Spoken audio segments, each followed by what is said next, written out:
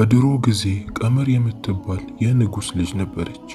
ቀመር በጣም ውብ የነበረች፣ ስነ ምግባሯ ያማረ፣ የቤተ መንግስቱ ሰዎች ሁሉ ይወዷት ነበር። ፈረስ መጋለብን ከእናቷ ጋር ቁጭ ብላ ያለፉ ታሪኮችን መስማት ያስደስታታል። ቀመር የራሷ የሆነ አንድ ኻዲም አለቻት። ይህች ሰራተኛ ስሟ አኑድ ይባላል።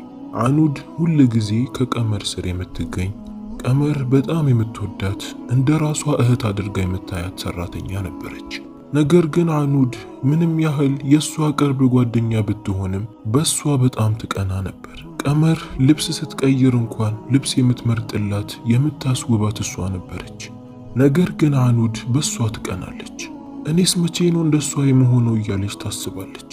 ቀኑን ሙሉ ከሷ ጋር ካሰለፈች በኋላ ወደ ቤት አዝናና ተከፍታ ትመለሳለች።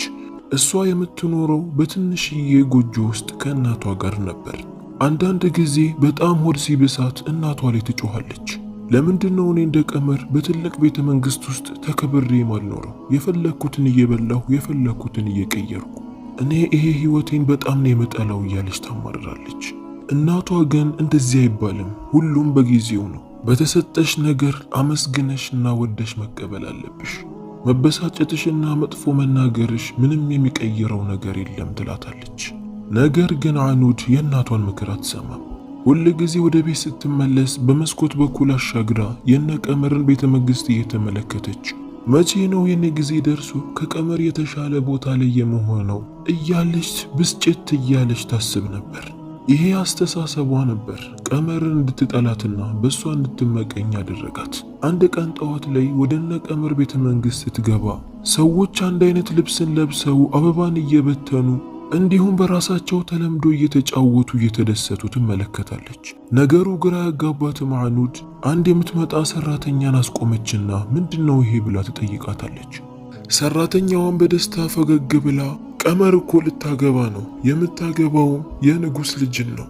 ንጉሱና ንግስቲቱም ስለተደሰቱ ነው እንደዚህ ሚያምር ዝግጅትን ያዘጋጁት ትላታለች።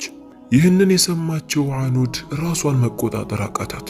ሰራተኛዋ ከሄደች በኋላ አንድ ምሰሶን ተደግፋ የሆነ አዙሪት እንዳለበት ሰው ይዞርባት ጀመር። እሷ ገንዘብ ስላላት ነው የንጉስ ልጅ የሚያገባት? እኔስ ይሄማ መቼም ሊሆን አይችልም እያለች በራሷ በጣም መበሳጨት ጀመረች። ለብዙ ደቂቃም እዛ ጋር ቁጭ ብላ መንቀሳቀስ አቃታት። የምታደርገው ነገር ግራ ገባት። በስተመጨረሻም ተነስታ ወደ ቀመር ጋር ትሄዳለች። ቀመር ክፍሏ ውስጥ ብቻዋ ቁጭ ብላ ነበር። ልክ አኑድን ስታገኛት ሄዳ ተጠመጠመችባት። ከተገናኙ እንደቆየ ሰው አቅፋት ማልቀስ ጀመረች። በጣም ናፈቅሽኝ እኮ፣ የት ጠፍተሽ ነው? ደሞ አልሰማሽም እንዴ? ላገባ እኮ ነው አለቻት። ይህንን ስትናገር ቀመር ከልቧ ነበር። አኑድ ግን በውስጧ የያዘችውን ይዛ ፈገግ አለችላት። ነገር ግን በውስጧ የያዘችው እልህ ፊቷ ላይ መታየት ሲጀምር እየሮጠች ቀመር እንዳታያት ወደ አንድ አትክልት ስፍራ ትገባለች። አንድ ሰራተኛም አኑድ ስታለቅስ ስትመለከታት ምን ሆነሽ ነው አኑድ ትላታለች። አኑድም እየጮኸች ዞር በይልኝ ከፊቴ፣ እኔ ማንንም ማግኘት አልፈልግም፣ ዞር በይልኝ አለቻትና ከዛ ቦታ ተነስታ ከቤተ መንግስቱ ለመውጣት ባገኘችው ፈረስ ላይ ተሳፍራ ትወጣለች። በፈረስም እየሄደች ሳለ የሆነ መጥፎ ሐሳብ ይመጣላታል። ወደ ገበያም ገብታ አንድ ነጋዴ ጋር ትሄድና ፈረሴ በጣም እየጮኸ አስቸግሮኛል፣ ለሱ የሚሆን መድኃኒትን ስጠኝ አለችው። ነጋዴውም እሺ ይልና አንድ መድኃኒትን አውጥቶ ይሰጣታል። ነጋዴውም እንዲህ አላት፣ ተጠንቀቂ፣ ይህ መድኃኒት የሰው ልጅ ከበላው ምላሱን ስለሚጎዳው መናገር አይችልም፣ ስለዚህ ተጠንቀቂ ብሎ ያስጠነቅቃታል። አኑድ ግን ዓላማዋ ሌላ ነገር ስለነበር ለነጋዴው እሺ ብለው ወደ ቤተ መንግስቱ ትመለሳለች። ቀጥታ ቀመር ጋር ገብታ ልብስ እየመረጠችላት ታስውባት ጀመር።